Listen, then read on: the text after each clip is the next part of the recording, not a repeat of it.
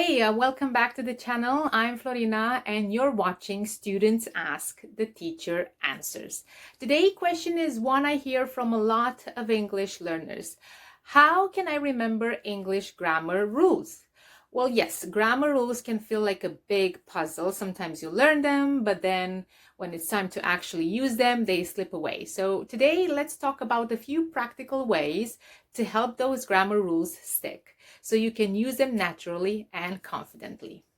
First, remember that it's completely normal to struggle with grammar. English has a lot of rules and they don't always follow a pattern. So instead of trying to memorize every rule all at once, start by focusing on one specific rule at a time. Let's say you're working on subject-verb agreement. Focus on examples of this rule and try using it yourself in sentences. One helpful approach is to think about grammar in terms of patterns rather than strict rules. For example, when you talk about subject-verb agreement, you can think about how the verb changes depending on the subject and try saying sentences such as he plays, they play, I play. If you practice this patterns, they start to feel more natural, almost like muscle memory, rather than something you need to memorize. Next, get into the habit of practicing new grammar rules in different contexts. Write a few sentences, try using the rule in a conversation, or even make up little stories when you can use that grammar point. For example, if you're learning the past tense, create sentences or stories using regular and irregular verbs in the past. For example, yesterday I walked to the store, but I also saw a friend there. You get to apply the rule in ways that are meaningful to you.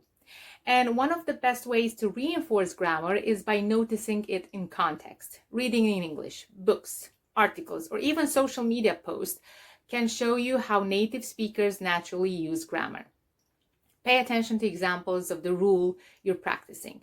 When you see a sentence that uses the past tense or a tricky conditional, pause and think, okay, so that's the grammar I'm learning. This little bit of awareness strengthens the confidence in your mind.